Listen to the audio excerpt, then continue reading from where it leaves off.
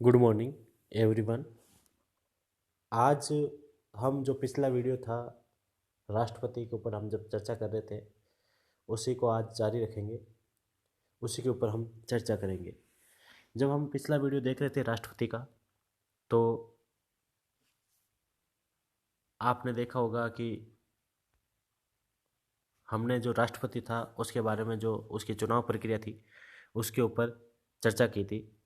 आज के जो वीडियो होगा उसमें हम ये देखेंगे कि जब राष्ट्रपति चुना जाता है तो उसके मतों की गणना कैसे की जाती है और राष्ट्रपति चुनने जाने के लिए कम से कम कितने मत उसको आवश्यक होते हैं। ये एक कोटा होता है, एक निर्धारित कोटा होता है, वो प्राप्त होना जरूरी होता है। उसके ऊपर हम चर्चा करेंगे। तो जब राष्ट्रपति के मतदान की बात करते हैं तो मतदान के लिए हमने आपको बताया कि राष्ट्रपति का जो मतदान होता है वो अनुपातिक प्रतिनिधित्व प्रणाली की एकल संक्रमणीय मत पद्धति के द्वारा होता है। जब ये पद्धति प्रयोग करते हैं तो इसमें जो प्रत्याशी होता है,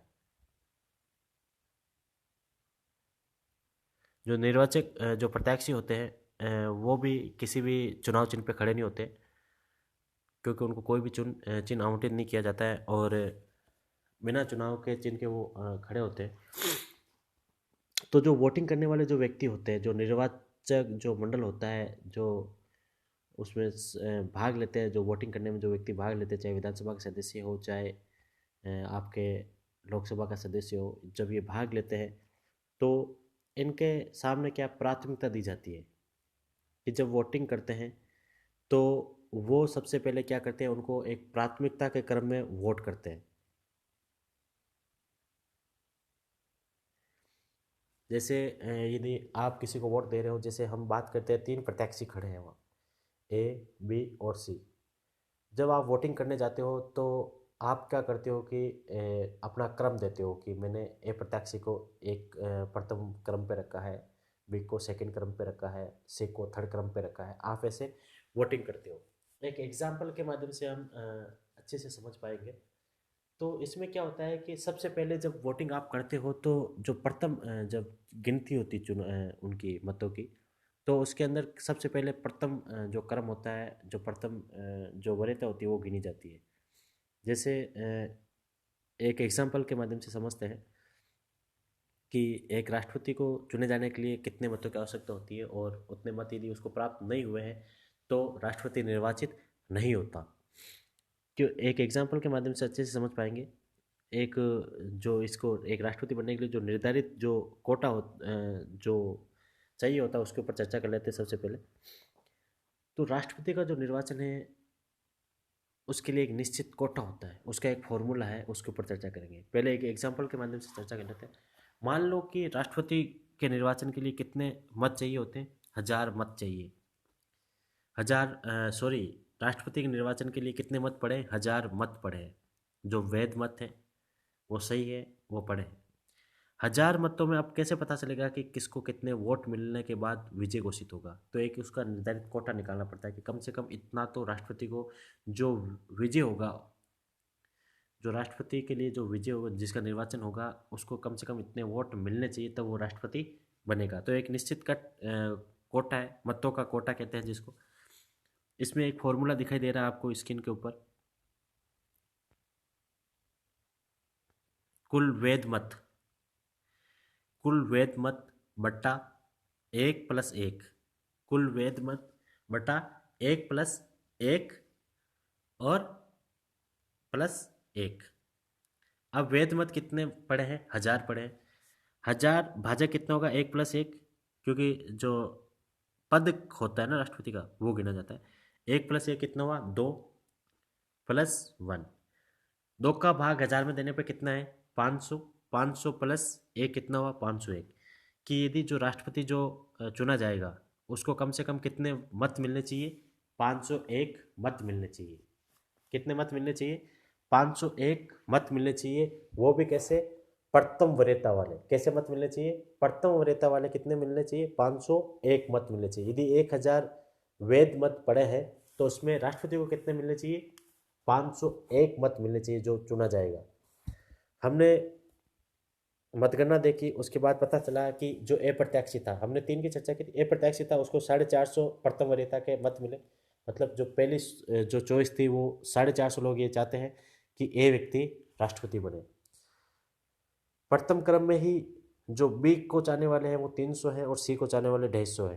टोटल 1000 मत हो गए, यानी कि किसी को भी मत नहीं मिला। जो एक कोटा होना चाहिए 501 का वो प्राप्त नहीं हुआ। तो अभी भी ये राष्ट्रपति की जो प्रक्रिया है पूर्ण नहीं हुई है। क्योंकि अब राष्ट्रपति कैसे चुना जाएगा, क्योंकि कम से कम कितने चाहिए, 501 मत चाहिए। तब हम क्या करते हैं कि जिस प्रत्याशी को सबसे कम मत मिलते हैं उसको बाहर कर देते हैं, राष्ट्रपति की जो चुनावी प्रक्रिया है उससे बाहर कर देते हैं। यहाँ सबसे कम किसको मिले हैं, सी को 250 मिले हैं, तो इसको बाहर कर देंगे, इसको बाहर कर देंगे। और इसके बाद ये देखा जाएगा कि जो सी को जो पहली चॉइस पसंद करने वाले 150 लोग थे, क्योंकि सी तो बाहर हो गया खुद। अब जो सी को पसंद करने वाले जो प्रथम वरीयता जो जो पसंद कर रहे थे 150 लोग, उनकी सेकंड क्रम देखा जाता है कि सेकंड वरीयता वो किसको दे रहे हैं।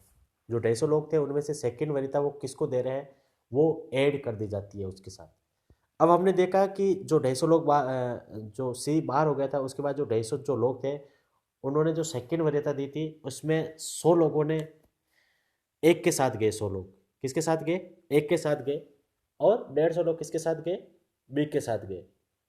अब जब हम वापस टोटल करते हैं तो क्या होता है, एक को 450 पहले मिले हुए थे, 450 प्लस 100 जो सी के बाहर होने की वजह से जो मत मिले वो कितने आ गए उसके पास, 100, टोटल कितने हो गए, 550। तो जो कोटा होना चाहिए वो कोटा प्राप्त हो गया। यानी कि कौन निर्वाचित हुआ, अब ए प्रत्याशी था वो निर्वाचित हो गया है। ऐसा अमूमन होता नहीं है, ज़्यादातर ये होता है कि जो प्रथम वरीयता के आधार पर ही प्रत्याशी का चुनाव कर लिया जाता है। लेकिन ऐसा भारतीय राजनीति में भी ऐसा हुआ है कि 1969 के अंदर क्या हुआ था, राष्ट्रपति के निर्वाचन में जो द्वितीय वरीयता के जो मत है उनकी गिनती हुई थी।